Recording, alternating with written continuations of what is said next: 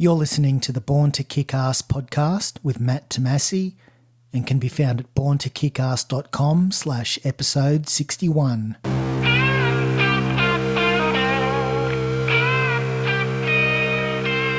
Welcome to the Born to Kick-Ass podcast, where you're introduced to the most fascinating people on the planet. Learn the ingredients of greatness that you can apply to your life. And now your host, Matthew Tomasi.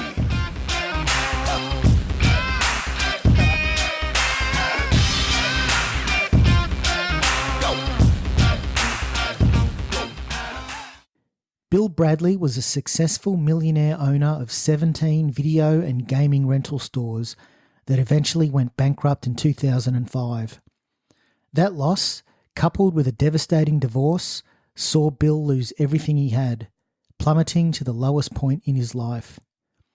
Soon after, Bill began to regain his identity by pushing himself further and further in extreme endurance events, including 7 Grand Canyon rim-to-rim crossings, which was a world record, covering 167 miles and over 42,000 feet of climbing, a triple Ironman, 3,000-mile race across America, the Furnace Creek 508-mile bike race through Death Valley, Susitna 100, a 100-mile run across the frozen Alaskan tundra, while pulling a 40-pound sled filled with survival gear, and a 292-mile Double Badwater.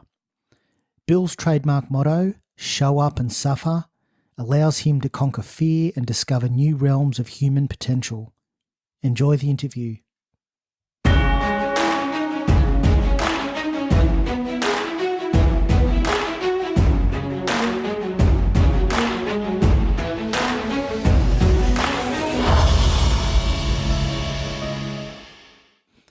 Bill Bradley, welcome to the Born to Kick-Ass podcast. Welcome, Matt. Thank you. How's Northern California going this time of year? Oh, we had a really stormy year, but boy, it's beautiful today. I think spring is coming out, but it's been a really we don't quite get snow here, but we got a lot of rain. So how cold does the winters get? Is it sort of near zero? Where I'm at, like down, and I'm talking Fahrenheit, yep. Like 30, maybe, usually in the 40s or 50s. It's pretty mild here. Yep. It's a rainy climate. Yeah. Now in the winter, you've done some incredible things, which we're definitely going to get into. There's I'd heard of the Grand Canyon. The rim to rim to rim, people do the over and back, but you've done you've done a Grand Canyon world record run, 7 continuous rim to rim crossings.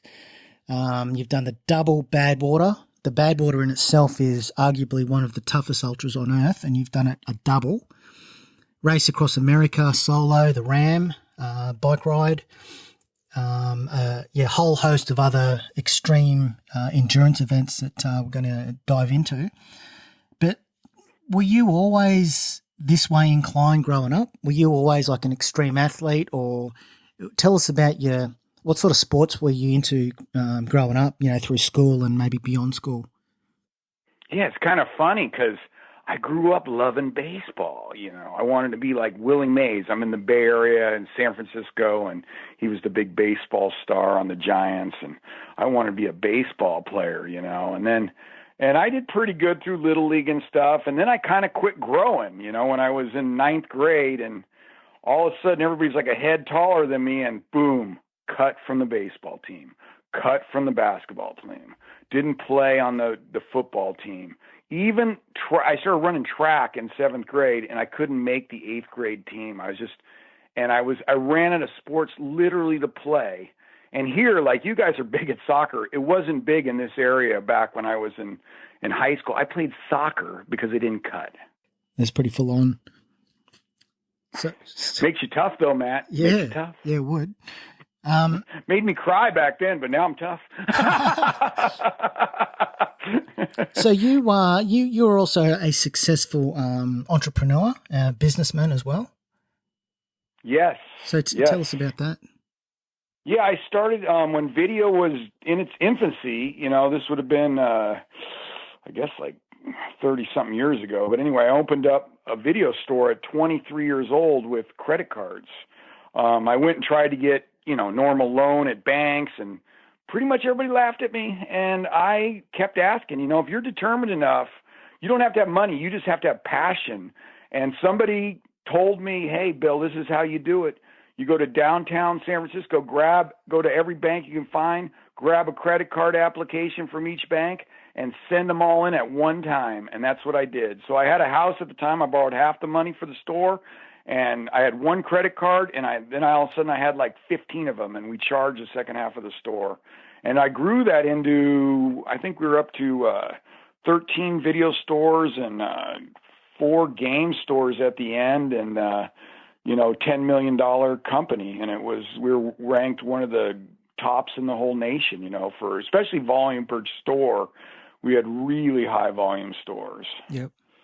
And how was that? Like you were, in your 20s and you're starting to rake in a lot of the money and growing your business. Well, what was that period like? Was it pretty good? Yeah, it was pretty awesome. I loved video at the time. I just loved it. It was like, and I was a big drinker back then, and we go to the video convention. Like when I get, like anybody with passion, you pretty much live and breathe it all day long. And that's what I did back then with the video business.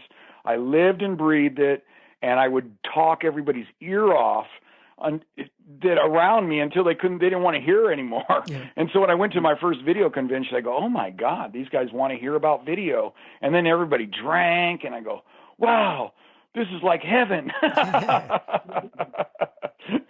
So was this the period where was this before DVDs?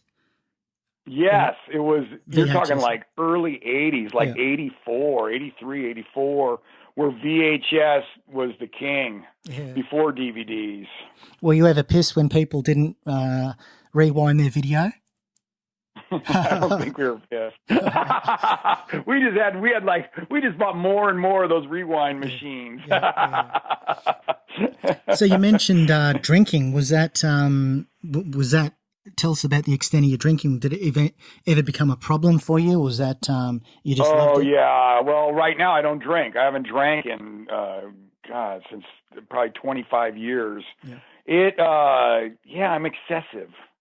Matt, I'm excessive at whatever I do. And if I like it, I'm really excessive. And I really liked drinking back then because I was really shy. I had a lot of fears. And it made me feel brave, it made me feel brave. And so I drank, and I was brave, and I was drunk a lot, probably. I had run a business, but I was more of a, binge drinker at night, that type of drinker, so. What was your mindset? Yeah, it got to where, I literally finally, like in my early 30s, I looked in the mirror. I just had I was trying everything to moderate it, and I couldn't do it. I just couldn't moderate it. And so I looked in the mirror one day after a big hangover. I looked myself in the eyes and I said, man, I'm more than this. I am more than this. I'm not just one big hangover, one big drunk. I'm more than this. And I quit drinking that day. I went to a Alcoholics Anonymous meeting and have never drank since. Just cold turkey, just straight up. You're done. Done with it, man. I had a decade of it and I was done. I loved it, but I got no urge to go back and tell those stories like people do. It's like, that's a different time in my life. Now, at this point, tell us about the, the decline of your businesses. Tell us about that sort of part of your life and the progression of that, all of that starting to unravel. Yeah, it hit. Well, it hit pretty fast. I'm like a really optimistic, positive guy, I try to be. And so every time something negative would come about video, I would just think positive, right? I'd look for the positive. And the signs were there that the video business was going. And I remember one of my highlights of how good I can see the future was when Netflix came out. And my general manager showed me how you could order movies by mail, and I started laughing. I said, that's going to catch on. And that guy killed us all. And he wiped out he's wiping out the cable. He's going after the networks. He's a billionaire. I go, okay, that guy can read the future better than me. But yeah, it went fast too. I started buying the buildings. You know, I was, you know, getting partnerships with people and owning the buildings we were putting the stores in, because our volume was so high. These landlords wanted to have us. So we say, hey, if you want us, you're going to give us equity in your building, because we were that high of a volume store. We'd have on Friday and Saturday nights in like a 4-hour period, we'd have 1,000 people come through our store. Yeah. So it was like, we just cranked them through, and we would dominate the blockbusters in Hollywood videos near us at that time. And, but yeah. And so we were, you know, so at one point, yeah, I had multi, you know, millionaire. And then all of a sudden it was almost overnight, man. It just started dropping. I'd opened 3 new stores in the last year. And then all of a sudden, you know, Netflix was really starting to catch on. The DVD really did kill it all. You know what I mean? Because then that's what made Netflix able to do it by mail. And then they started selling them. You know, the movies were cheap. You know, they were cheap enough that people would buy their favorite movies. So all those ones in the middle that were paid for in the middle of our stores, they're people's favorites they'd watch over and over again. Well, they started buying them, and that all died out. And it went fast, man. It went fast. And I went really fast because I was expanding. So when it went, I went bankrupt quick. And it was like, that really nailed me, man. I will tell you, that was really tough on me. You know, it was my identity. Those video stores were my identity. I've been doing them since, you know, for 20 something years. And, you know, and then when it went, it was like, wow, you lose everything. And my marriage ended. You know, I lost all the toys, the house, and, you know, and I was sitting in a little freaking house, little rental house. And I remember I called my friend up because it was like, you know, I was sitting and I was so depressed, and I was looking out at this little Pontiac Vibe. I'd gone back to work for the family's business, electrical contracting business. You know, I do more stuff than that now, but, and I'm looking at that Pontiac Vibe, and I called Robert, and I said, how did you you went through a bankruptcy 10 years ago. How did you survive? He goes, Bill, you need to count your blessings. And I thought for a minute or two, and I said, can you start me off? He said, you got your health? I go, yeah, I got my health. I go, what else? He goes, you got your health? And I go, anything else? He goes, no, let's just go for that right now. So literally for like, you know, and I still do it, man. If I'm up at night, man, I'm like grateful for my health, man. I'm grateful. You could be a billionaire sitting there with tubes going up your nose and you know, oxygen, and, you know, and I got my health, man, and I maximize my health. So so that was my video business. Yeah. So at that point, you know, you've hit rock bottom. Oh my God. Yeah. I had people jumping out of the bushes, serving me subpoenas at like 10 o'clock at night and stuff. Really? It was like for a guy who always paid his bills and all that. And, you know, when that goes, it goes. So how did you get out of this rut? Not, you know, like you're in a real terrible point in your life, or real low point, and all the odds are stacked against you. How did you start to get, claw your way back out of that hole? Okay, so that's a great question, because I was doing Ironmans at the time, right? And I'd always try and qualify for the Hawaii Ironman. And my times got better, but the people getting into the Ironman got better and better, and the times got faster. I never even qualified for the Hawaii Ironman, right? I never even was able to qualify it for, you know, whatever in my age group. So I try and do an Ironman every year, wouldn't make it. I'd be all depressed, you know, go back to training for the next year. And, you know, and at the time I was like, you know, I was thinking about doing a 50-mile run. This is when I still had the video business and everything. But I was like, you know, I was going like, wow, what if I don't make it, man? You know, like I was in a club, you know, of triathletes, and man, when you had a bad race or anything, everybody gave everybody a hard time. And I was like super worried what everybody would think if I tried a 50-miler and didn't do it, you know, didn't finish. And so I put it off. And then I remember my sister, after I went bankrupt, my sister said, you should do something you've been always wanted to do, right? Well, hell, like, this was like 2 months later. I'm down to running, just like 3 days a week. I was, pretty much doing 20 hours of training before that. And my buddy goes, Bill, you've been talking about a 50 miler forever. And the perfect one would be tomorrow. He goes, it's tomorrow. It's like 50 mile. It's around this lake. It's like a 4-mile lake, and you do like 11 loops around it. Yeah. And he said, the perfect one would be tomorrow, but that's too soon. And I remember I was like, I went home, and on top of everything else, I had like poison oak on my manly parts, right? I'd gotten into some bushes in a run, and it was like, and then I just kept thinking about it. Go, I really want to do that race, man. I remember when I did my first Ironman, it was such a huge deal just to finish. It's like, I need a new identity, man. I got to get out of this rut. I'm not this, I couldn't even look people in the face. I'm like looking at the ground when I'm walking around. I was so embarrassed, I was a guy who would talk at a convention for the video business and, talking to 500 people, and it'd be dead silent when I talked to the guy who's walking around looking at the ground because he's embarrassed, And I needed that race. And I remember my buddy's dad was a doctor, and I went over and visited him after work. I said, I'm thinking about this 50-mile run, but I got this damn poison oak all over me. And he said, well, what do you think? Let's call my dad, right? And see what he says. And so we call his dad, right? He gets his dad on the phone. He goes, hey, Bill has poison oak all over his man parts, and he wants to know if he can run 50 miles tomorrow. And his dad goes, oh, let me think about it. No, not a good idea, Bill. Not a good idea. And so I went to bed that night, and I was literally not going to do it, right? And then I woke up at like 2 a.m, and it was like risky business where Tom Cruise just goes, sometimes you got to say, what the F? And I woke up and I said, what the F? And I set the alarm for 4 a.m. I freaking got up and I ran that 50 miles like my freaking life depended on it. It was like still my best time I ever did. And I remember I got towards the end of it, and some guy looks, he's running behind me, goes, dude, what's all that red stuff in between your legs? It was all that poison oak was going down my legs now. And I said, that's pushing me to the finish line.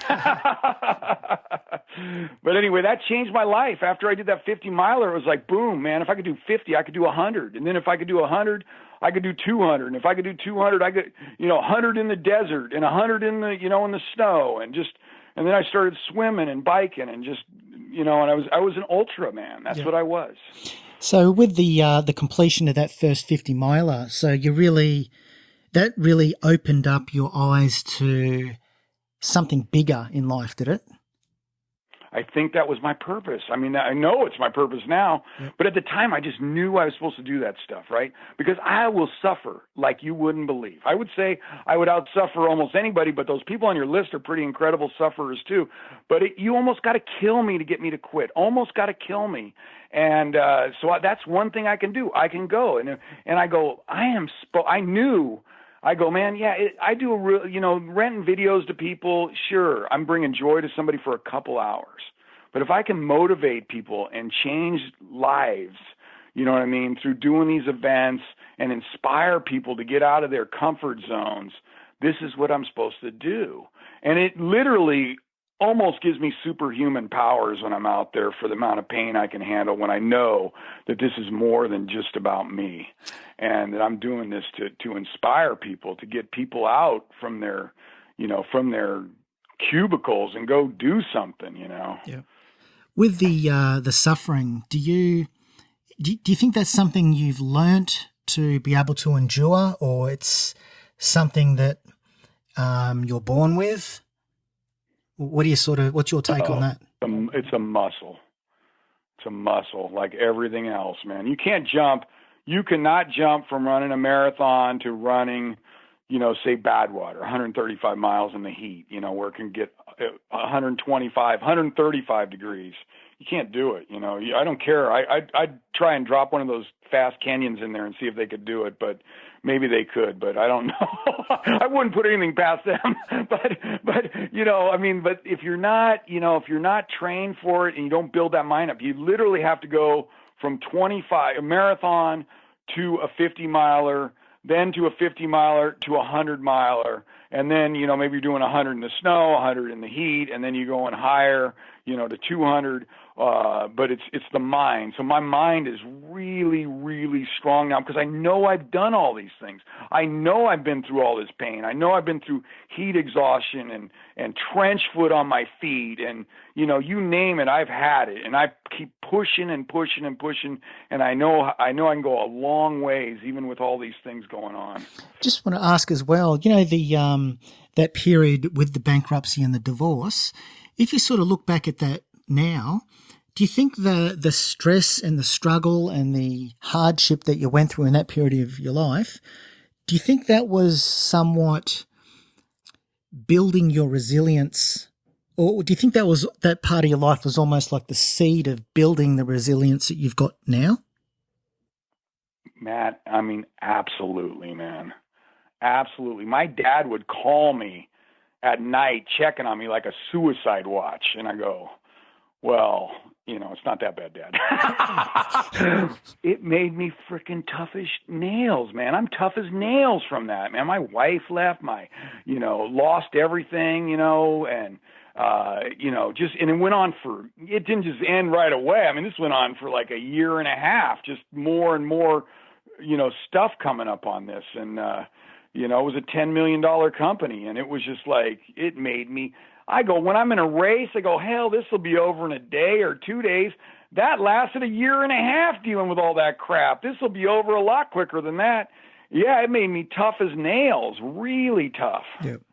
A couple of years after that, I noticed on your website you did the Furnace Creek 508. Is that done on the same course as the actual Badwater, like along the road? I think some of it is on the same course. They don't have that race anymore. He had some problems with permits. He moved it, but it was all through Death Valley. So I'm sure it's on the same, a lot of it's the same roads. But we went up and down, some serious climbs and stuff. I mean, that was a hell of a race, man. It was a 48-hour cutoff. And I'm always like the guy who just kind of tries to squeak in on these things. So I remember I'd never raced that far. I'd never raced. I'd never gone more than 200 miles. And I jumped up to 500 and, down there in Death Valley, not in the hot time of the summer, so it maybe got 100 or something. It wasn't up to 125 or 30. And, but I remember when I was finishing this thing, and this is funny because I remember I looked at everybody. They all had these hard seats, right? These bike riders. I go, why do they got hard seats, man? This is a 500-mile race. I'm a genius. I got a softer seat than all these guys. Well, I'll tell you what happens with the soft seat. This is how much I knew. You start sinking into that soft seat after a while, and it literally sands your lower parts. And my lower parts were like almost raw by the end of this race. And I'm out there, they're just everything was killing me. And I remember we didn't know exactly where the finish line was, and I had to keep pushing, and they wouldn't let me sleep anymore. I'd gotten a couple hours of sleep, and I started hallucinating that I was seeing all these crowds, because I'm used to I'd done Ironman Canada 5 times where they got, thousands of people at the finish. And so I'm hallucinating, thinking yeah, look at the big crowd. I could hear the big crowd. Oh my God, there's a big crowd. I knew it. This race is so freaking hard. There's this big crowd. And then I came up to the finish line, and there was no big crowd. There was the race director and a young kid holding some toilet paper at 4 a.m. that I went through to finish, and that was it. And my crew. Yeah. Yeah. That's where I learned there's a little difference between marathons and triathlons and ultras. Yep. Now, you would have had your fair share of chafing. I want to hear about what tips do you have for if you're going to embark on something? Do you just go crazy with the body glide, or do you have any tips with regards to chafing? I personally do. I know some people use powder and stuff, but when I did RAM, it took me 16 days to finish RAM, which is the world's toughest bike race. That's how they're doing it. And I was 18 hours a day on the bike seat. And I started off with 2 pairs of bike shorts. I ended up with 4. I probably have the record for that. So I wore 4 pairs of bike shorts. We went through one of those little tubs of lube daily. Yep. So our saying was, when I pulled over for any reason at all, they'd pull that lube out and go, "More lube?" And I would go, "Of course." And I'd take a big handful of lube, man. I was never short on lube. Yep. And I learned my lesson from that Furnace Creek race. And so I just kind of slided my way across America, you know, and I didn't have any chafing problems. But I will tell you, my butt hurt so bad after Ram, I couldn't sit in a hard seat. So I'd walk in a restaurant with a customer or a friend, and I'd look at the seats and go, hard seats. We can't eat here. That'd be the little things. The little things. Yeah. So just for listeners, the Ram is the race across America. Is that from the West Coast to the East Coast? Yes, it's from Oceanside, California to Annapolis, Maryland. Yep, 3,000 miles. It's a nonstop race. There's some super badass guys in that race. And it's just, you just go nonstop. And, you know, people have died. They fall asleep on their bikes and swerve into oncoming traffic. And you run yourself delirious. I mean, like absolutely delirious. Yeah, you've done this whole list of stuff that you've done. I wanted to sort of touch on the rim to rim times 7. Why 7? Why not just do the over and back? I think my big thing is I am supposed to motivate people, right? And you know how you motivate people? You're doing it by putting these out there. You got to get in front of people. If I do the same thing everybody else does, I'm not going to get any press. I'm not going to get in front of people. I know that from the video business. You got to be newsworthy, you know? So how do you get newsworthy? Go for a world record. So I got to tell you, the funny part about that was the record, and we called all over the place. It's kind of like we call it no known record, like NKR or something like that. We called everywhere, all the running clubs down there. I said, "Oh yeah, the most we've ever heard is anybody doing four crossings. That's it." Right. So, and called all over and never heard any more, you know, Googled it, looked for it. So we say, we're going for a world record. We're going for 5. And so I put out a press release that I'm going for 5, right? Like 2 weeks before, or maybe 3 weeks. And then 2 weeks before, everybody's like texting me, "Hey, somebody did 6 crossings." I go, "You got to be kidding me." We have a new rule: no press release before we do it. So the guy did 6 crossings, and I was like, oh my God, I was like in shock. I couldn't even, you know, I had done 2 crossings of that canyon, practice, and I went down there, I flew down. I got there late at night. I got up early, started, and I wasn't prepared mentally for how hard it would be. And it was well over 100 degrees when I hit the north rim. It kicked my ass like something awful. Like I literally was having a duel going up the north rim in that heat with a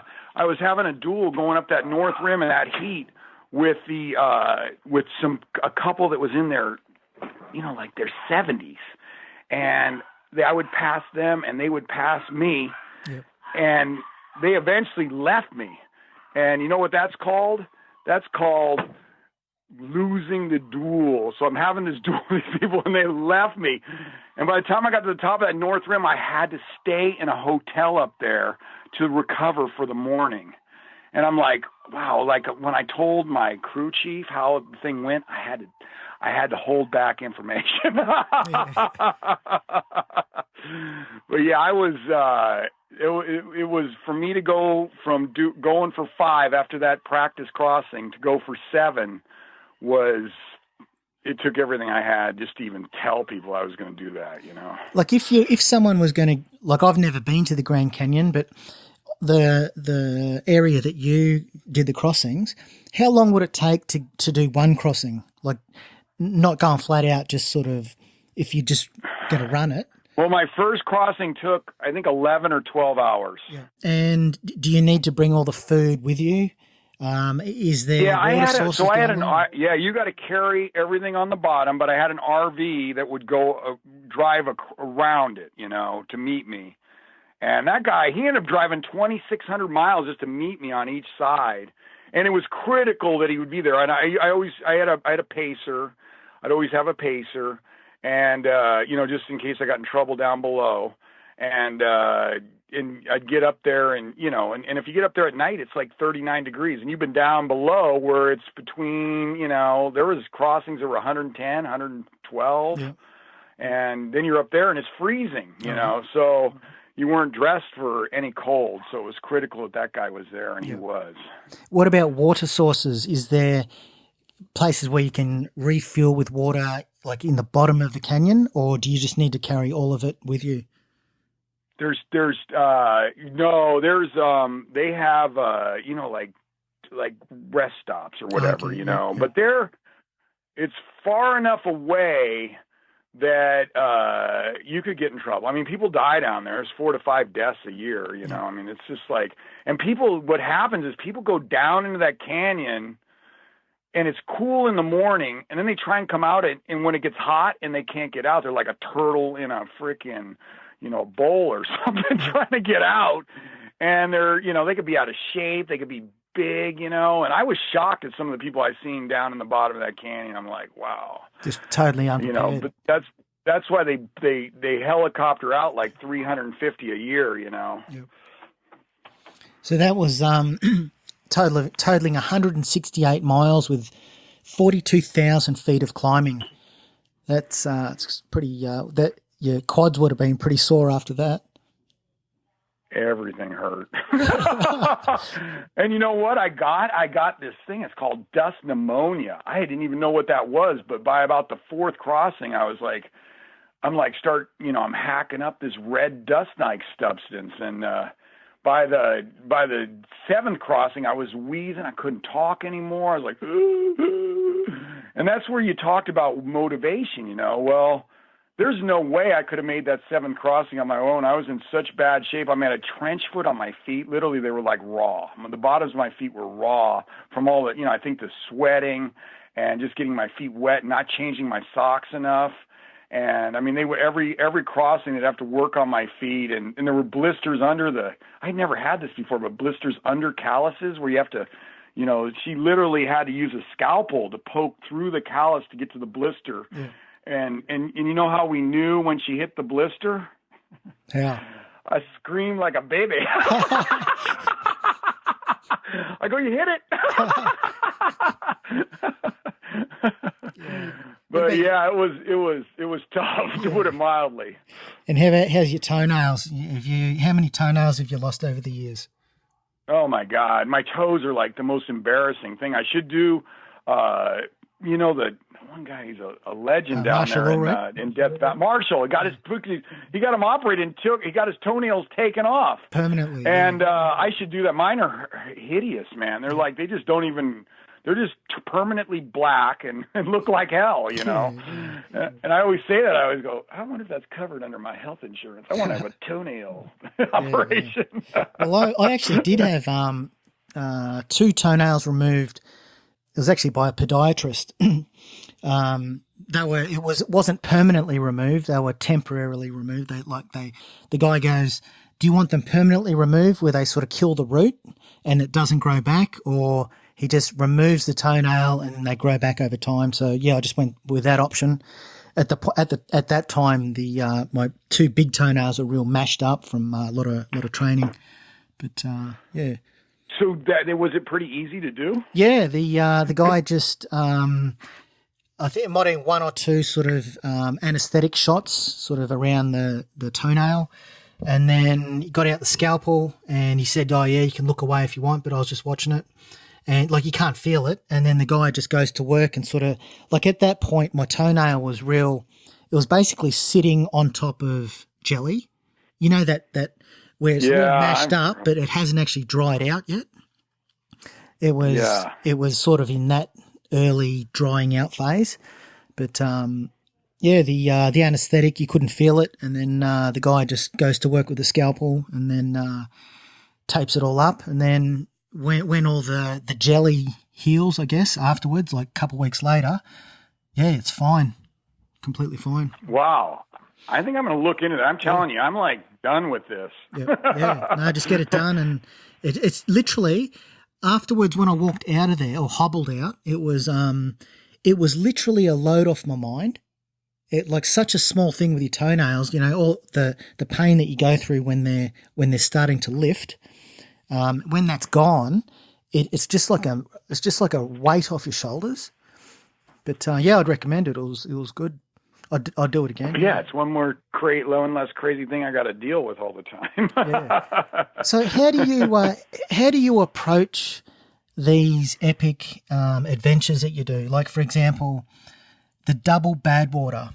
How do you, in the months leading up to day one, how do you approach your training for something like the Double Badwater? Okay, so I want to tell you something. This is hot off the press. I'm going to do a quadruple Badwater in August. That's my plan. Jeez. So there's only been 3 people who've done a quad. I was the 23rd person ever to do a double. You get into a quad. That's what Marshall was, the first guy who ever did that. And there's been 3, and they're all pretty legendary people who finished that, Badwater people. And but the main thing I did was get in the sauna. But I would go to Death Valley before I do this quad. I will be down in Death Valley a lot more, running in the heat before I do it. I'm going to do it in August. So I'll be down in there, you know, maybe in July after I get done with the climbs. I'll be down there, you know, kind of acclimating better, getting used to it. It's been a few years since I've done a Badwater where you got that heat coming off the pavement. But what I do is up at my club, and I have great pride in this, I have the record in the dry sauna, right? Yeah. So our sauna goes to about you notice I'm always going for records, right? Our sauna goes to like 185, right? And I remember when I first was training for my first Badwater, and they go, you got to get in sauna and get used to it. And I'd go in there, and these people be in there meditating, go, hey, what's your record? What's your record? And finally I was able to pass everybody up, and I got in there, and I think I did 53 minutes and 15 seconds is my record at 185, and that's on the top shelf where you could sit as high as you could sit. And literally when I went out of there, I had tunnel vision. And I had to run. I'm going down. I didn't run. I couldn't even run. I'm like walking, but I felt like I was in a tunnel. And I'm going for the handicap shower because I can't even stand up. And I sit down in the handicap shower. I put all the cold water on me, and my heart goes off, right? It's like in shock. It goes, it's beating like about 200 beats a minute. I go, Bradley, you're not dying in the handicap shower. That's not going on the tombstone.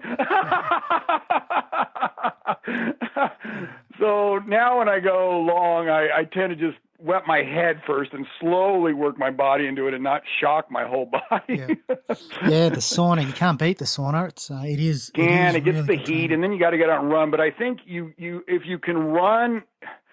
When I had done the sauna and I went down and paced a guy before I ever did a Badwater, it's shocking what it feels like to run above that when you're actually running and you're not just sitting there and you're running and you got that heat coming off the pavement too. It's just, it's a shock, man. And when I did the 135, the Double Badwater, the first day, 135 degrees. The record for the hottest Badwater ever, 135 degrees. It was, normally it's 125, which is, those people always go, oh yeah, when it gets hotter than that or colder than that, it's all the same. I go, well, that's total crap. It's total crap, man. It literally felt like I had my head in an oven. It was so freaking hot. And then, like Badwater's rules is you can pull over, you got a van crewing for you.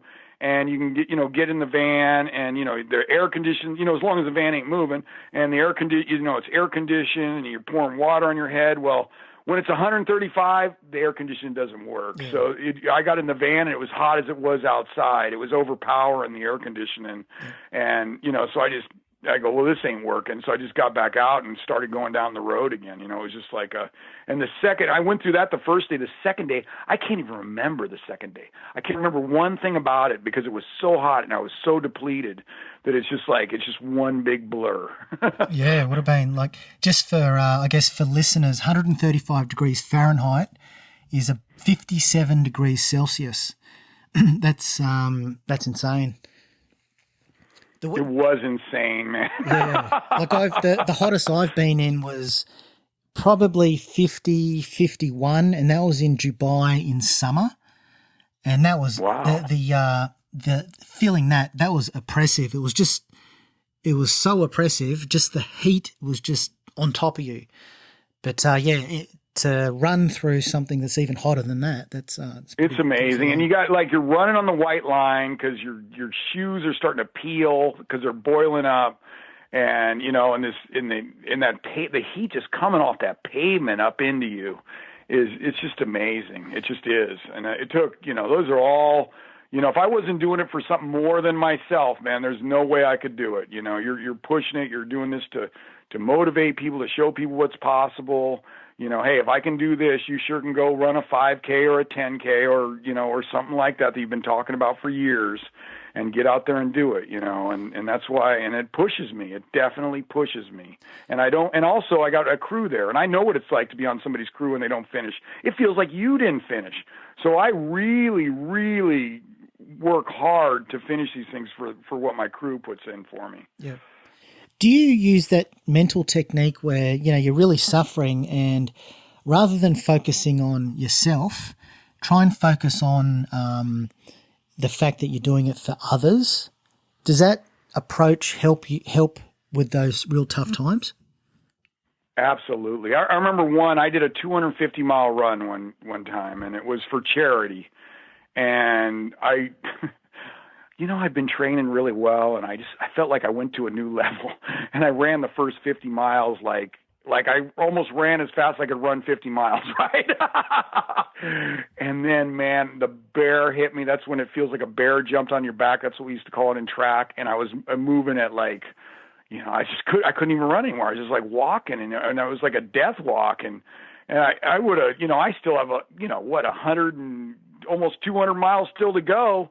And I had, pretty much shot my wad out there. And I remember that we were doing it for these, this child charity, and the van came by, and I looked at it and I said, well, that's why I'm doing it, for this charity.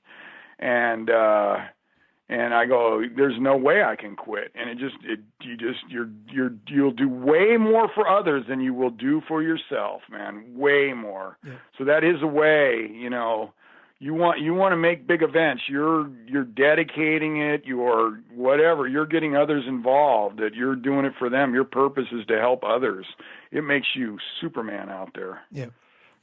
Do you ever, once you've committed, let's just say you've paid your money for a particular ultra, or the period where between when you make your mind up you're going to attempt this and day one, are there any points in between that lead-up period where you really start to think, oh, no, what have I got myself into?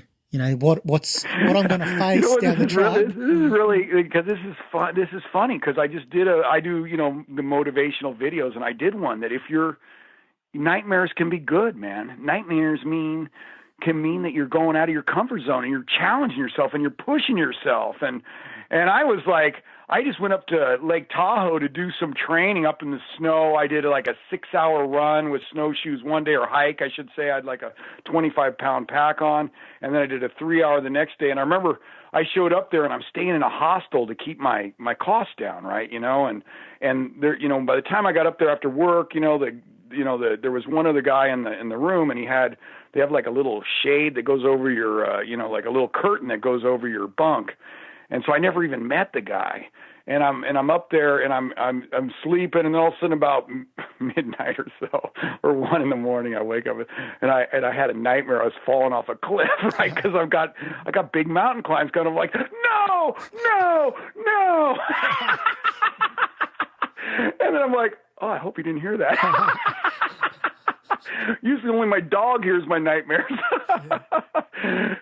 But fortunately I got up at 6 a.m. I never even saw the guy. I had to go for my workout.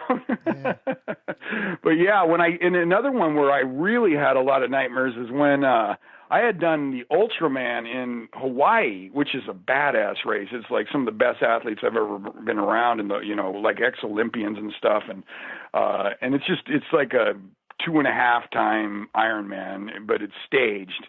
And when I did that, I remember that one of the girls who had, she'd only beaten by 5 minutes. It's a 10K swim, and you got a wetsuit on, and you swim in the ocean there, but in a bay. And she beat me by 5 minutes in the swim. And then when they did the award ceremony, they announced that she had done the English Channel. I go, she did the English Channel? She only beat me by 5 minutes. That means I could do the English Channel, right? And so, as soon as I got back, I signed up for the English Channel. I said, and I had never, that's the first time I'd ever swam a 10K. I'd never swam more than an Ironman distance, 2.4 miles. I signed up. I never swam in cold water. It's a no wetsuit, cold water swim. And I remember when I went to the bay, I called up, there's a club down there that I'm now a member of, the South End Rowing Club, and these are amazing swimmers there. And the lady said that, and the lady said, well, what are you training for? I go, the English Channel. She says, well, what have you done? I said, well, I swam 10K in Hawaii with a wetsuit. She says, okay, well, you have you paid your money? I said, oh yeah, so I'm doing it. But I had nightmares because I didn't learn to swim till I was 35 years old. I mean, I only knew survival swimming. Like, you throw me in a pool and I'm going to beat my arms to death trying to make it to the side. And so I had nightmares all the way till I jumped in that English Channel. And I still have nightmares. Yeah.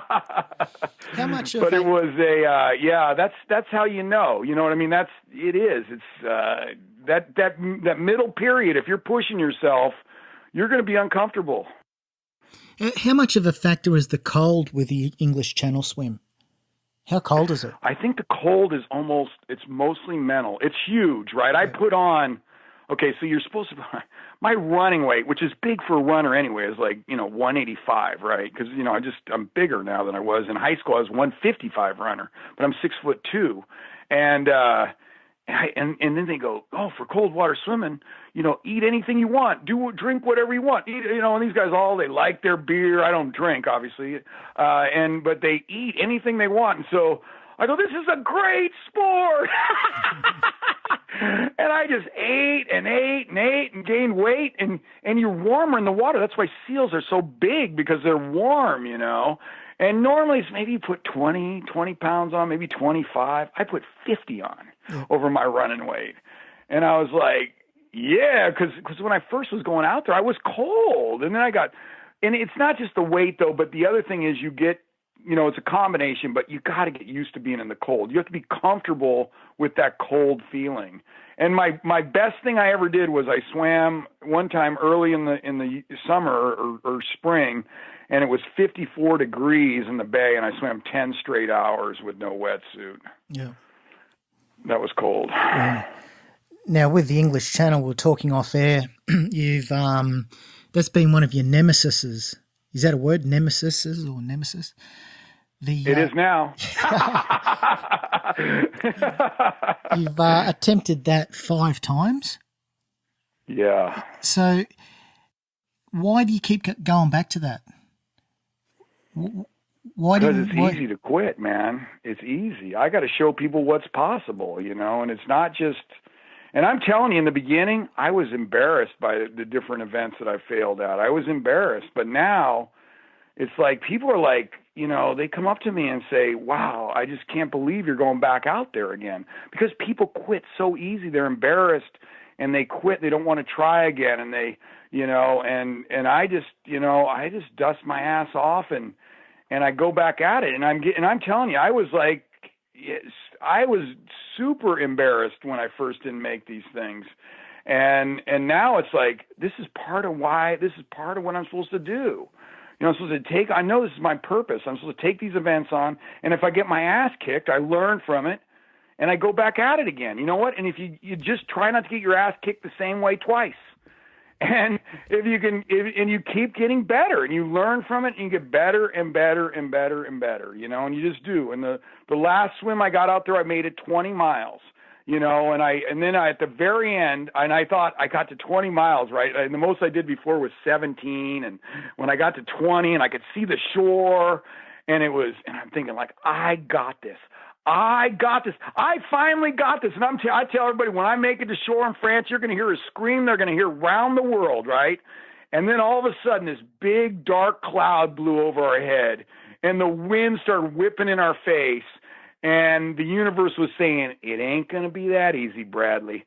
And it hit with this, this big ferocious storm with these waves just pounding on the boat and on me. And they put up a sign that said 4 miles to go on the boat, right? I swam for an hour, like as hard as I could. Okay, I'm not quitting. I'm not quitting. I'm not quitting, right? No matter what, just dig down, dig deep, just dig. And then we're like almost 11 and a half hours into this.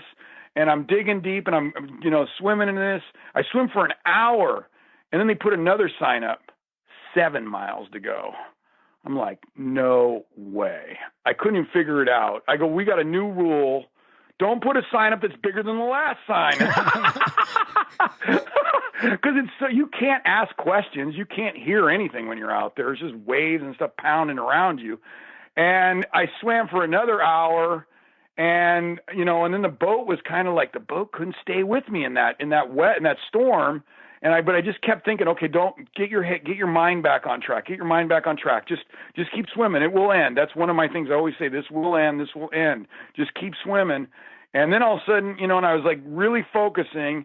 And then all of a sudden I looked around and I couldn't find the boat. I was like, oh crap, where did the boat go? Because the boat had been on the side of me, then it had drifted, it started going in front of me, and then all of a sudden it was gone. And I'm like looking around like the movie The Perfect Storm, like, oh crap, am I out in the middle here by myself? Well, I'll probably for sure make it to land. But I was like, and then I finally saw the boat. It was like 500 yards or 300 yards towards England. He just couldn't, in that storm, he couldn't go that slow and stay with me. And so I swam to the boat because I'm no fool, right? I swam to the boat and the guy says, Bill, I gotta pull you, man. I just can't stay with you in these conditions, So that was my last where I got to swim. And then after that, I was like, okay, after that swim, I said, okay, I got to be stronger. My friend who's from Australia, he's a badass. My friend Simon had swam through a storm in the English Channel, and he is an amazing swimmer, right? And he made it. And the guy said, that's one of the worst storms I ever seen anybody ever go through, right? His boat pilot said that. And I said, okay, I got to be in shape to swim through a storm, period. You know what I mean? I got to be in that good of shape. So I swam for the next year. I swam 3 to 4 hours every weekend, at a time in San Francisco Bay. We went out past the Golden Gate. They got me in the rough stuff, right? I was hammering around out there in the rough stuff where, that would have scared the crap out of me when I first started, And I was out in this big white caps and I'm swimming and I'm ready. And I go out there and I sit on the beach in England for 5 weeks. Nobody stays that long trying to get out. You usually have a 2-week window to get out, and I never got a chance. Every time it was just a really, really bad year last year, and every time it was my turn, it was just amazing, 20-mile-an-hour headwinds, they're just unswimmable. So, yeah, that's where I'm at with English Channel. But, people always go, well, are you going to go back? I go, oh, yeah, I'm just sick. I'm tired of swimming. I got to get back on land for a while, man. I swam my ass off for a year and a half. It's time to do something on land, but I'll be back. Yeah. Now, I just want to also ask, all these endurance events that you've done, at a certain point, everyone gets to a certain point where the real questions start to appear in your mind of whether you should continue or whether you should quit.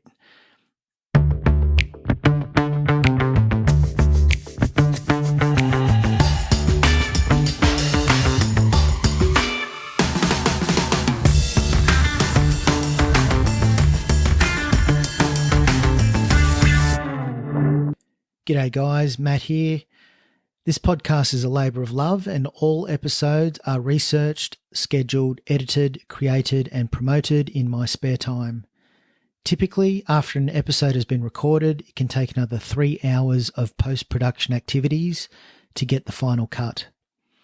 If I'm providing you with value and you wish to support my vision of sharing these inspirational stories to the world, you can do so at borntokickass.com and click on the Patreon banner.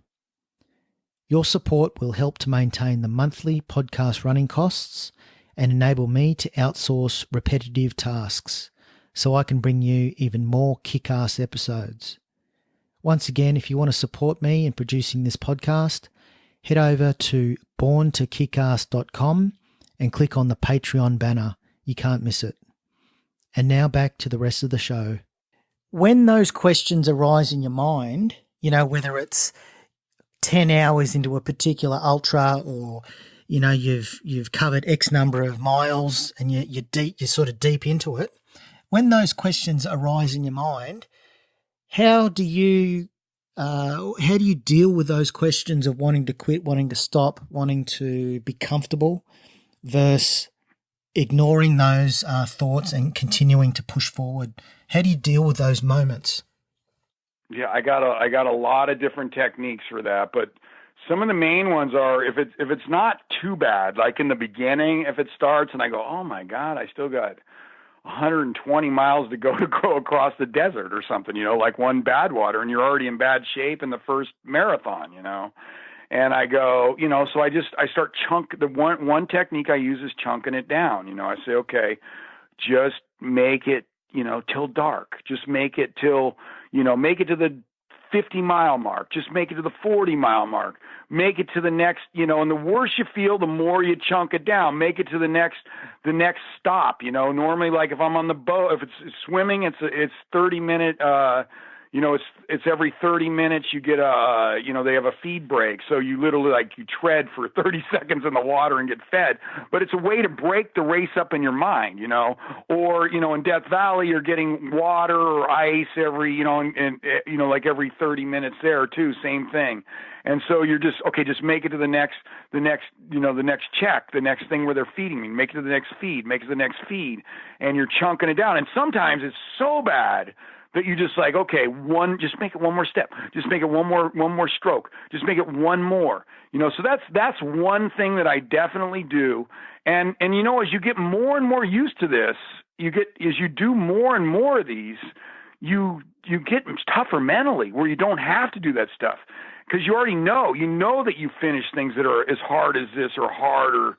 I remember I was up in, when I was doing Arrowhead, which is that one that I've taken 5 attempts at, and it was like minus 30, and I brought the best, you'll notice sometimes I kind of wing these things when I first do them. I bought the best gloves that Santa Rosa REI sold, and I brought them to this place is the coldest spot in the continental U.S., and they weren't nearly warm enough, and my hands were just numb. And I said to myself, okay, I literally couldn't even grip them, I was a mess. I was freezing out there. And I said, all right, think of something that's worse than this. Okay, being in the English Channel was worse than this.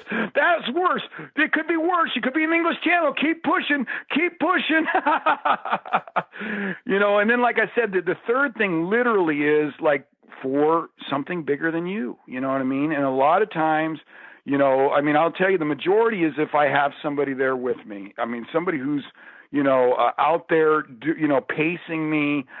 When I did that Grand Canyon, I was in such bad shape by that last crossing. I literally, I'm hacking up red dust. I had this thing called dust pneumonia. I never even heard of it. And, but it killed numerous settlers in the 1930s in these dust storms out here. And, I'm hacking up this red dust. I'm wheezing, and I can't even talk anymore. My one crew person, my crew chief, she paced me for part of the last crossing. She was 4 people behind me and said she could hear me wheezing all the way back there. And the skin literally on my feet had peeled off. I had trench foot on both of my feet, extreme pain from the 4th crossing on. And on the last crossing, I said, look what my crew's done for me. Look what they've done, man. I got 2 pacers that have been, pacing me back and forth in the crew, in the down below, I should say 3, and, pacing me in this 110, 112 degree heat down there. And, and then when I come up here, Mars working on my feet. She never even had worked on feet before. She literally had to go out of the van. She almost passed out. She had to put her head between her knees. My feet were so bad, You can see I get emotional right now. They're willing to do all that for me. And so on the last crossing, I'm like, shit, I will crawl this for my crew. I literally will crawl this last crossing for them. And it didn't come to that, but the last 9-mile climb up the North Rim took 9 hours to get up just to that North Rim, and every step was excruciating. But that's what you do, man. If you have kids, if you have stuff like that, man, you dedicate it to your kids, man. You want to show them that anything's possible in this world, and that's what you go out and you do. Do you think there's a limit to the human spirit? No. I don't. I really think nothing is impossible just because every time you think something's impossible or somebody does it. I'm just going down your roster of people you've interviewed. I go, oh my God, these people are incredible. I just listened to a radio interview, a guy who he paddled across the Atlantic Ocean on a paddleboard. Yeah, I'm like, incredible. Geez, I think Christopher Columbus, it was a huge deal and he made it over in a sailing boat. Yeah. It's like the human spirit is amazing. It's just amazing. Yeah, I believe nothing is impossible. I want to also ask about the stuff that you don't see, the stuff that you do in training. You're getting up early in the morning when it's dark and going training at night. The stuff that people don't see. It's, those mornings when you wake up and you're still real sore from the day before or the days before, or you're battling with a couple of injuries or niggles, and your ego always wants to try and take the easy path in life. Like your ego's always trying to make yourself comfortable, relaxed, nice and full with heaps of food, and the real sort of that's the nature of the ego. How do you put that to one side, or how do you ignore that to get up and do the hard yards, do the training? How do you sort of deal with those ego moments, when you're just getting out of bed and you don't want to do the training that's required? Yeah, great question. Great question. Number one, like I said, it's a muscle. You build up, you know what I mean? You're not going to go out and run, hours and hours and hours unless you've kind of worked your way up. So you got that muscle thing going. But yeah, sometimes I have, I still work a 40-hour week and have 7 o'clock meetings. And I'm up at, 2:50 in the morning to get my running. I put the alarm on. I go, this sucks, but man, this is what I'm doing. This is what my purpose is. And I'm not going to finish these things if I don't train. I put the headlamp on and I head out. You do whatever it takes to finish your goal. And I love when people start giving me excuses. I'm like, yeah, that's a good one, man. Yeah, sure. That's why they have 24-hour gyms, because somebody's in there pounding that treadmill at 2 in the morning. Somebody's purpose is strong enough that they're doing it. It's just you have to have, so if I'm out there, and the other thing is if you're just training to train, I can't even do that. You have to sign up for an event. You have to, because if you don't train, you know what I mean?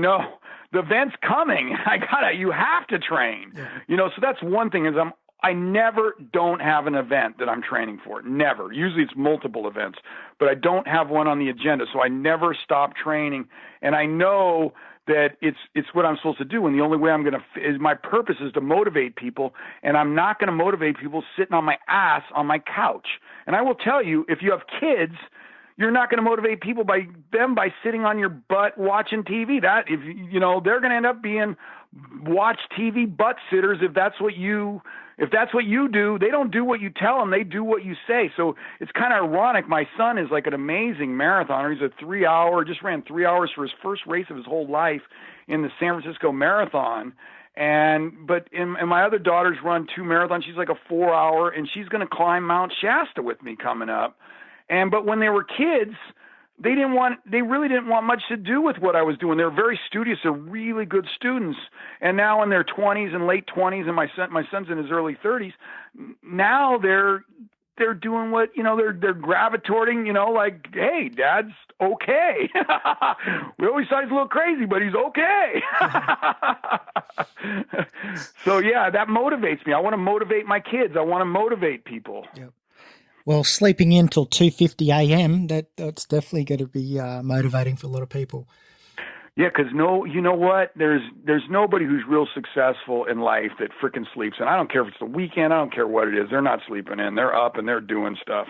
Well, just on sleep, do you try and have a minimum number of hours on average per night? How do you approach your sleep? Do you try and get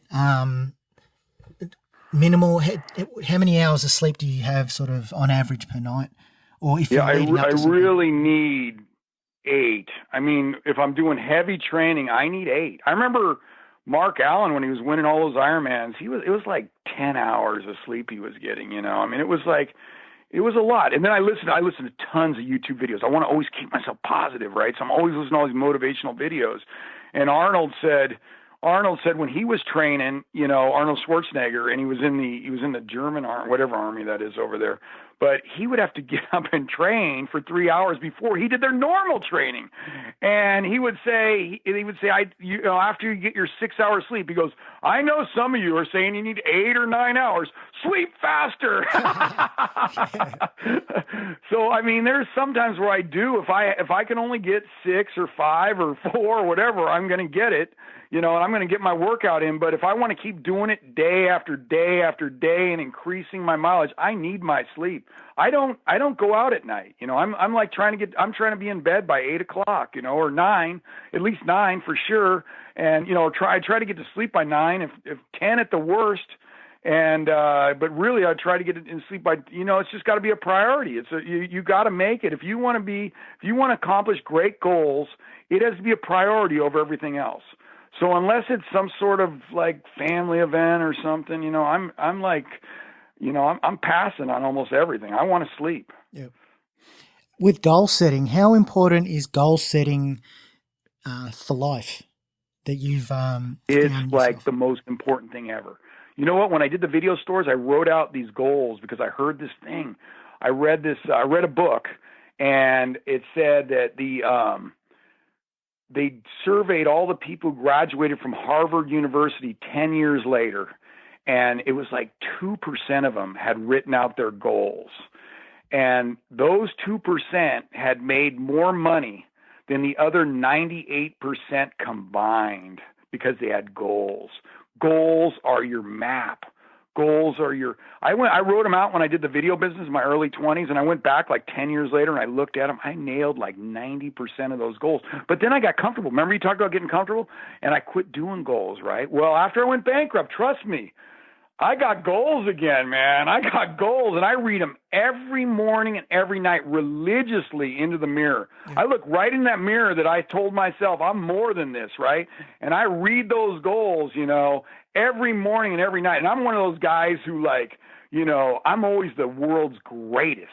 I'm the world's greatest extreme endurance athlete, even though I look at your roster, like, okay, well, it might not be to somebody else, but to me, I'm the world's greatest. And I keep putting that into my subconscious mind. And every other goal, you know, that I'm going to do these races that I got coming up, that I'm climbing Mount Denali in Alaska, and I got this. And I read it every morning and every night. And I'm telling you, sometimes I go to bed and I wake up and I go, oh, no, I didn't read my goals. And I go, oh, I don't have to read them tonight, do I? I go, I have to.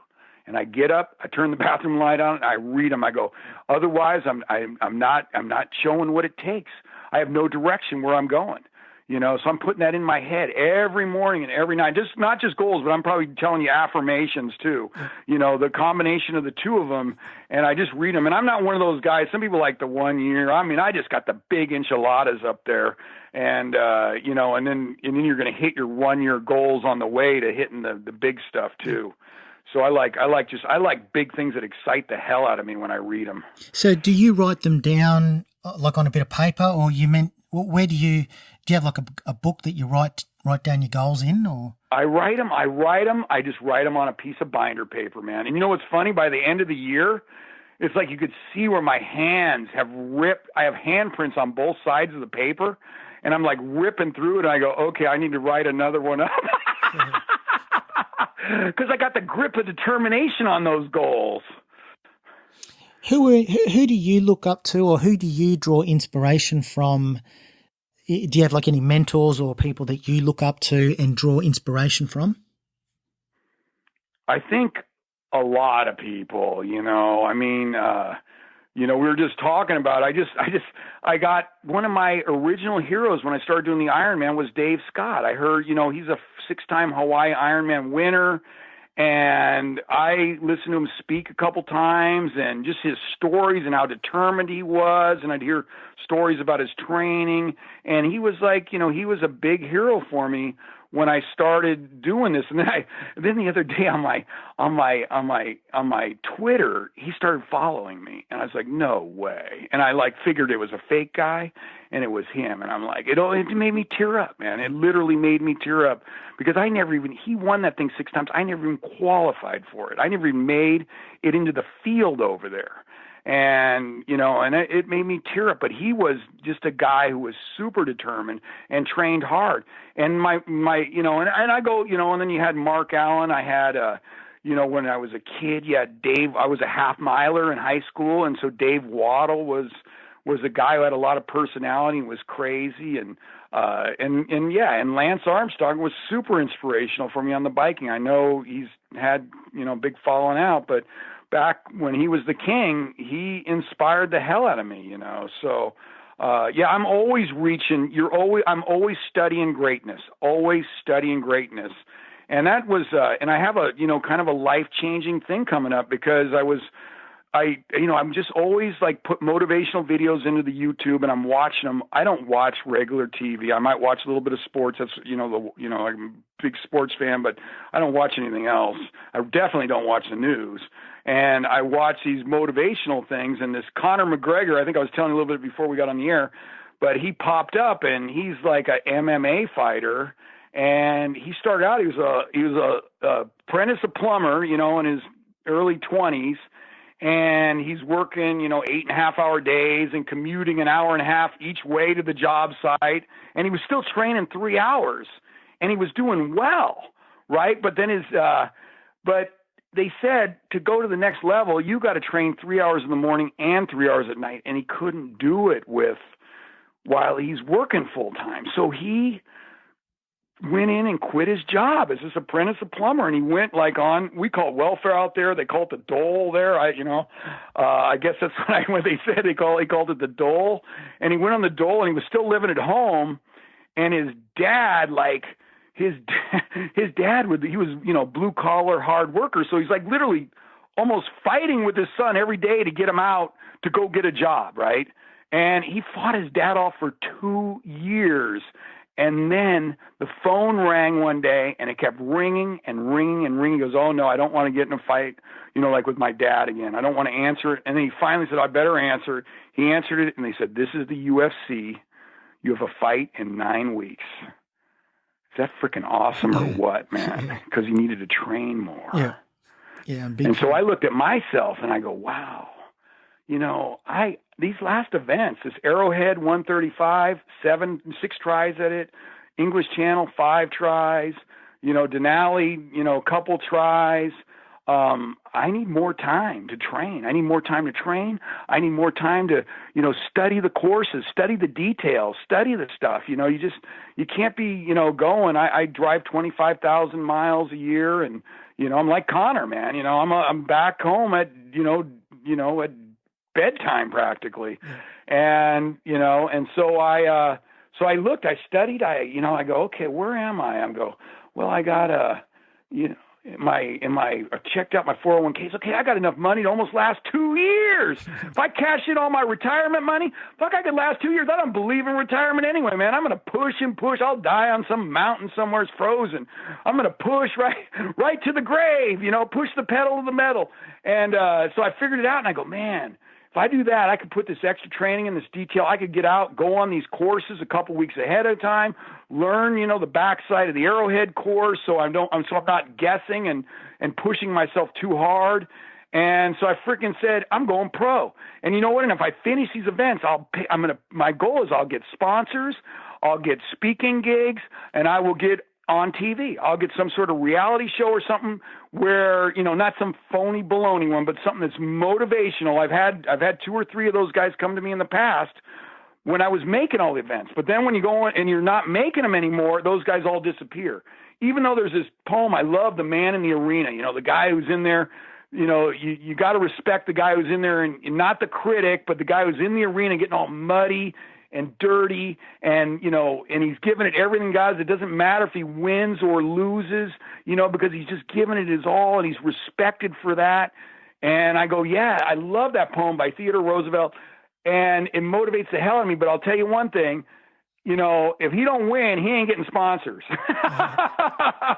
And in my case, it's finishing, because I ain't going to win.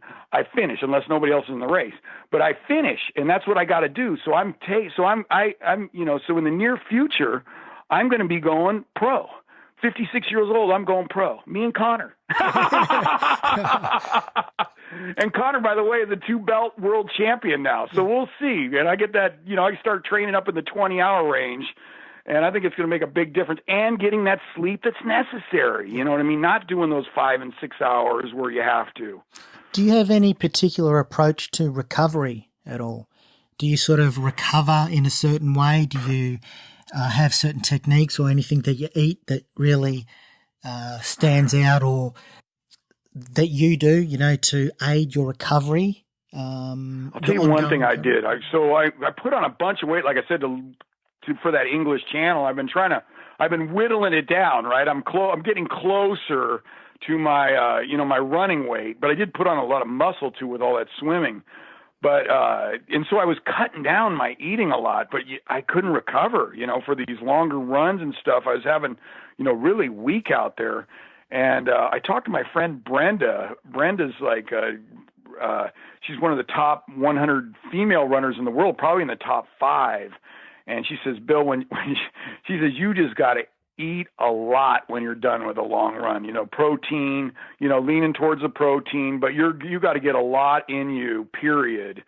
So when I'm doing a 6-hour run, I'm eating a ton, afterwards, I'm pretty much, and you just can't worry about weight on those days. You're not going to lose weight. You got to fuel yourself.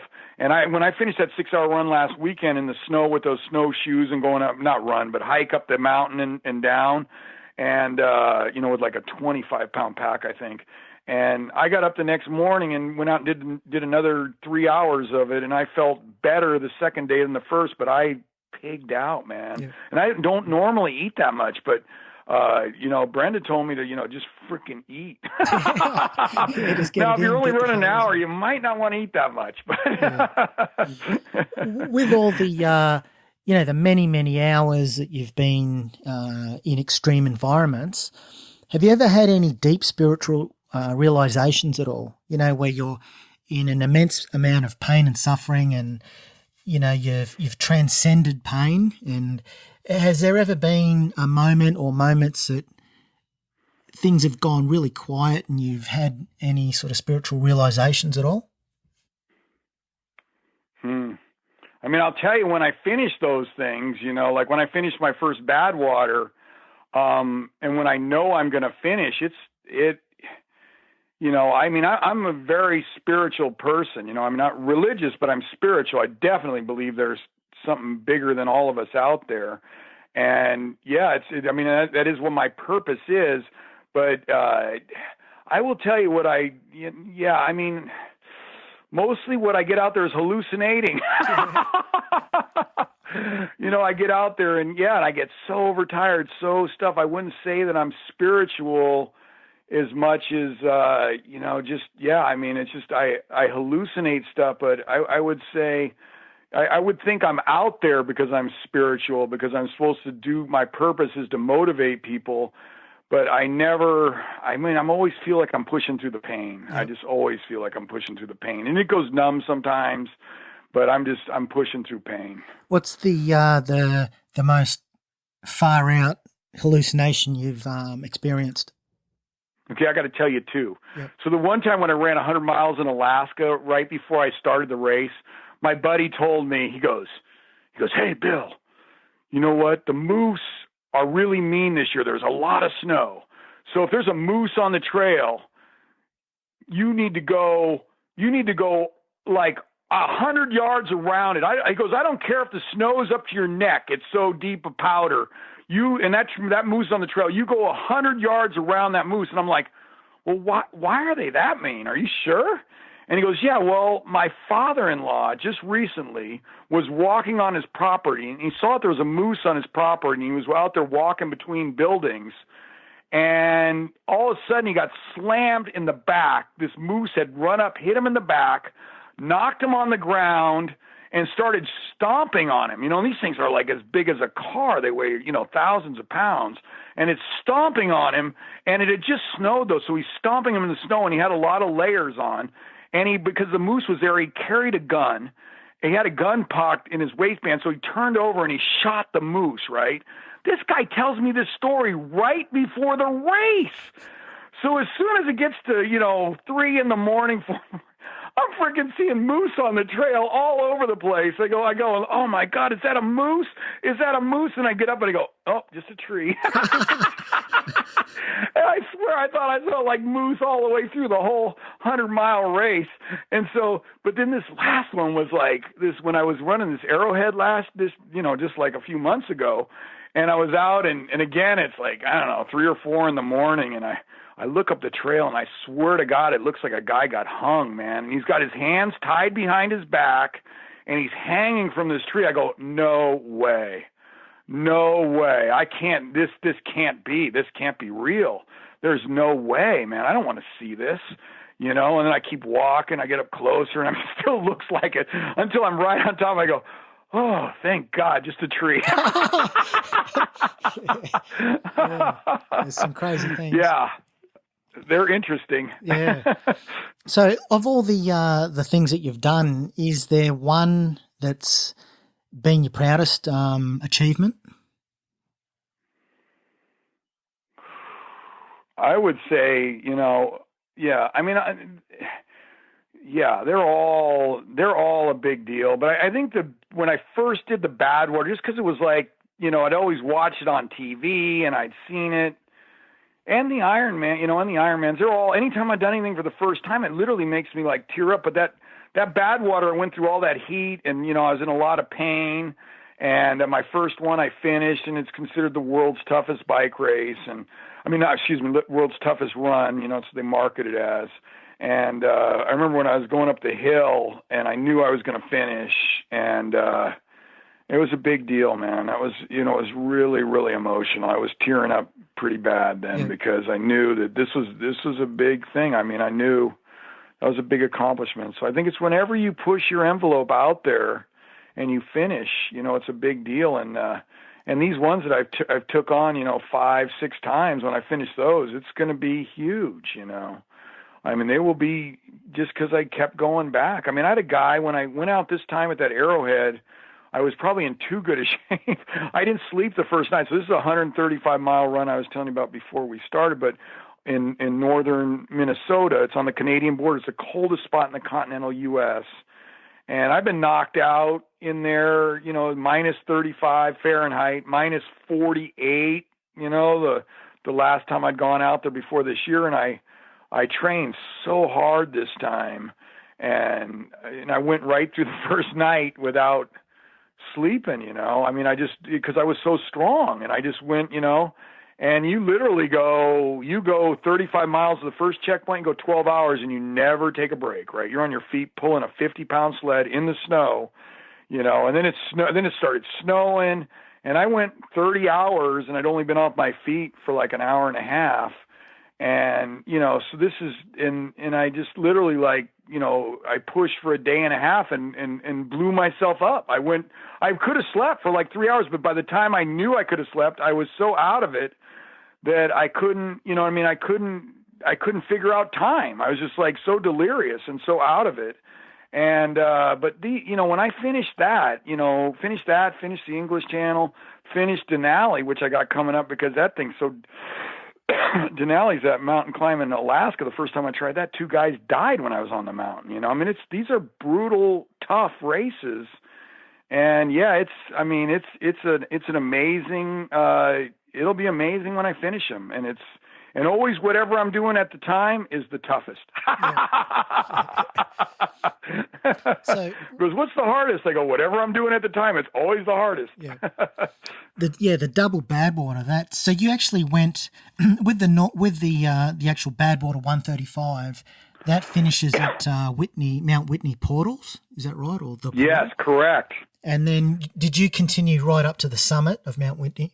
I went all over to the summit, and I lost my pacers because none of them were comfortable with going on the cliffs, the cliffs as you get up there, and we're in the dark. And so, they didn't feel comfortable with it. They're more like, used to pacing on the road. And I said, well, you can turn around, but I'm going to keep going. So I went all the way, did the whole thing up on the top by myself. I was just so determined, I just wasn't going to stop. I didn't care, if I was, I'm like, I'm not going to stop. And I went all the way to the top, and I came back down, and that Double Badwater, it was normal heat on the way back, like 125, but after I'd been through it that long, I was so weak on the way back. And this was like, and this is where I got that same trench foot too. I've had that like 3 times. I'm definitely making mental notes that I'm changing my socks more, but I lost the skin on the bottom of my feet from that heat and getting my feet wet up on the mountain. Yep. And it, literally, like I was in so much pain with my feet there because it's so hot on the pavement. Yeah. With the pain that you've experienced, I guess the physical pain, does it get to a certain point where the pain doesn't get any more worse? Or I'm talking about the physical pain, does the physical pain continue to get worse and worse, or does it sort of just cap out at maximum? Okay, one thing I've found that happens is when you're in these events, in the beginning, a lot of times my pain level would flare up really high. Like when I was in the second day of that Double Badwater, my pain level, and that I ended up going 7 days for that, but my pain level went up to a 10, right? So I'm walking on this pavement, and everything is killing me, mostly my feet, but everything is hurting. And I'm like, what the heck, man? I shouldn't have level 10. Maybe level 5, but not level 10. And I go, okay. And I know, because I already know what my mind's doing. My mind is trying to get me to quit. It's done with that desert. So it's loading up this level 10 pain in me to get me to quit. So every step is excruciating. Every step is painful. And there's a couple things you can do to try to reset the pain and do it. Number one is you can take a quick, I literally can just lay back on whatever and roll my eyes back in my head, and you're almost doing like a little cat nap, right? Like a little power nap, but I don't even have to do a power nap anymore. But a lot of times that will reset the pain, or also that will also stop the nods if I have the nods really bad. But that's one trick that I do. The other thing is I just start talking to myself. I go, okay, I'm talking to my subconscious mind. I know what you're trying to do. You're trying to get me to quit. You're trying to get me to quit. It's not going to work. You're not going to get me to quit. You're not. Go ahead. Give me more pain. And then it gives me more pain. I go, okay, that's enough. I'm still not going to quit, though. And then eventually when it knows you're not going to quit, it starts going back down to that level 5 where it belongs at. Yeah. Now, just on success, do you have anything that you do like day to day that you try and improve yourself by 0.5% every day or 1% per day? Is there anything that you do mentally that you do sort of day in, day out to try and continually to evolve and grow? And is there anything there that you do? Oh, I think just kind of the stuff we were talking about. Like, I think the, reading your goals, constantly pushing yourself, doing the, I'm really big into the subconscious mind now. The stats I'm hearing are like 95 to 99% of what you do is your subconscious mind, which is basically programmed in there. That's why you get all fired up, right? You get all fired up about something, say, somebody you hear something really motivating, you go, I'm going to do that. And then you go home and you think about it for a couple of days and you go, maybe not, right? Well, that's because your subconscious mind, which his whole job is to keep you safe, right? When there used to be saber-toothed tigers, it stay safe, man. Don't do anything, right? Well, they're not saber-toothed tigers anymore. And the best way it keeps you safe is like not talking you out of doing anything that's out of your comfort zone, anything that's different. And so I constantly am putting YouTube videos into my head to brainwash my subconscious mind to turn me, so all these fears that I've had, I'm now not afraid of them. You know what I mean? I'm not afraid, and I'm going to challenge this, and I'm going to go after this, and I'm going to do it. I'm going to be fearless, I'm going to be fearless. And I'm literally like brainwashing myself into having courage, having whatever it takes to get out there and do these events to motivate people. Yeah. So I would say that that's what I'm really working on a lot right now is my subconscious mind programming it. Yeah. Just on advice, if you could pick up a phone right now and call the 20-year-old epic Bill Bradley and give him some advice, what would you tell him? Oh, I would tell him that bankruptcy put me through, a kind of 10 years on the money thing, I mean, it really freaked me out. But I think the biggest thing is that I learned was that if you have a big setback, right, to be prepared. I would tell myself to be prepared for a setback because I did really, really good in business. Started with credit cards and, won Retailer of the Year awards and, made, lots of money and did really good. But you're going to have a setback, man. You're gonna. And, to be prepared for it, don't be don't be thinking that it's going to keep going like this. You got to be prepared. And then the other thing was I was more, into buying the fancy cars and the house and all that stuff. And I would tell them to be more about other people now, about giving, more, that type of stuff. Yep. And whereabouts can people find you online and see my website is reach out? Yeah, my website is epicbillbradley.com. And then I'm on Twitter and Facebook and YouTube. And I'm getting I'm putting out motivational tips on YouTube, weekly. And then I'm, so I'm getting a pretty good following on YouTube. And then, and if you're on Facebook, you'll get like when I climb, I got Mount Rainier coming up, a couple Shasta climbs, and then Mount Denali. And I'll have on Denali for sure. I'll have a GPS on me, and so the goal is that the GPS moves slowly up the mountain and then makes it to the top, and then it moves slowly down. Nothing fast. Fast down is bad.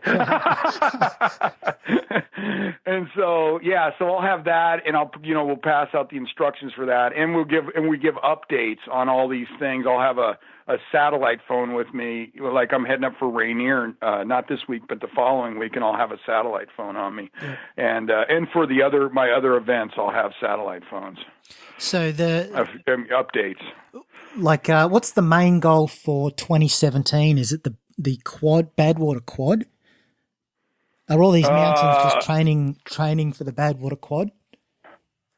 Yeah, well, first it's Denali, and then it's the quad, and I can running and mountain climbing I can put together and train, and I have an awesome freaking coach. I mean, I thought she was crazy before she gave me these workouts, and then now I know she's smart because I'm getting better. But she was killing me in the beginning. I was like, "You're killing me!" Of course, I never tell her; I just do it.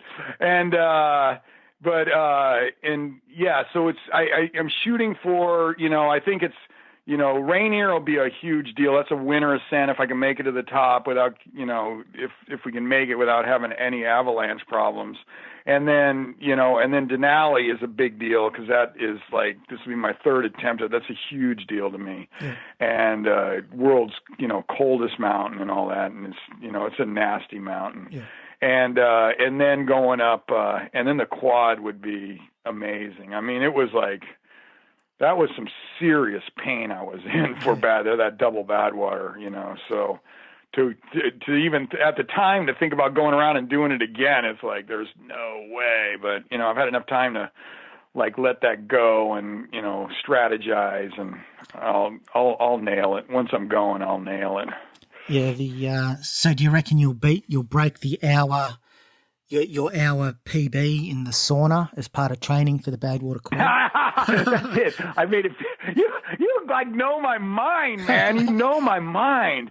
I'm thinking like, I'm going for an hour. I already was thinking that because I've had the same record for a while now, 53 minutes and 15 seconds. And trust me, that last 15 seconds was tough. I dived for the door to get out. Yeah. And, but I'll, yeah, you're like reading my mind. Hell yeah, I'm going for an hour. Yeah. I can't tell like the people who own the club though. They can't know. Yeah, yeah. I remember one time I was in like that handicap shower after one of my ones in there, and I'm like all bent over, the cold water's going on my head. I look like I'm dying probably, and the door came open, and one of the guys who works there looks in and he goes, "Hey, you okay?" I go, "Oh, hell yeah, close that door." One tip with the sauna, and I don't know if you do this already, but I've used it myself and I love it.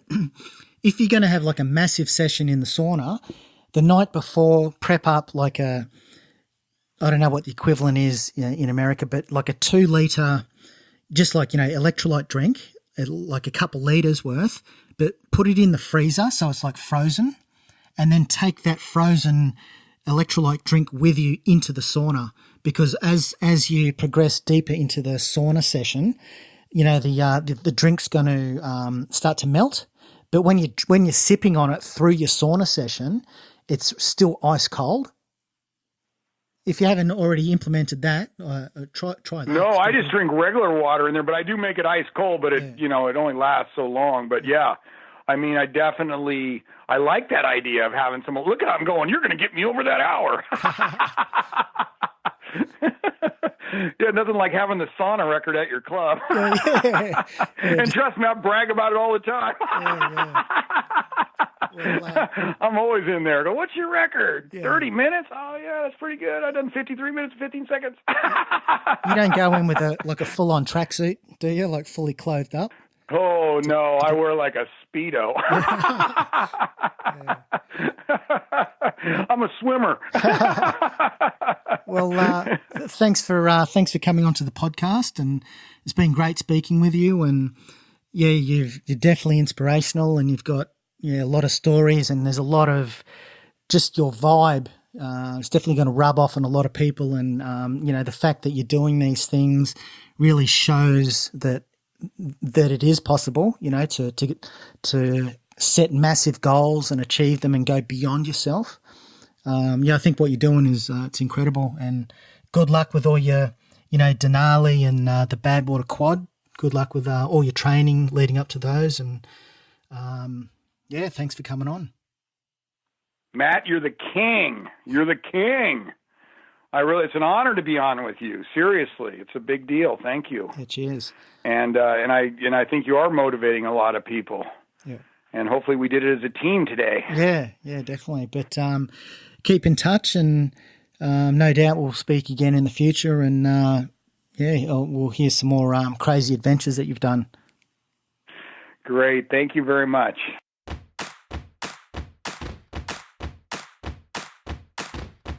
You've just been listening to the Born to Kick-Ass podcast at borntokickass.com. If you liked what you heard and want more, please subscribe on iTunes. Give a 5-star rating and a kick-ass review. This really helps to boost our presence and continues to allow us to introduce you to the most fascinating people on the planet. Welcome aboard, and catch you next time.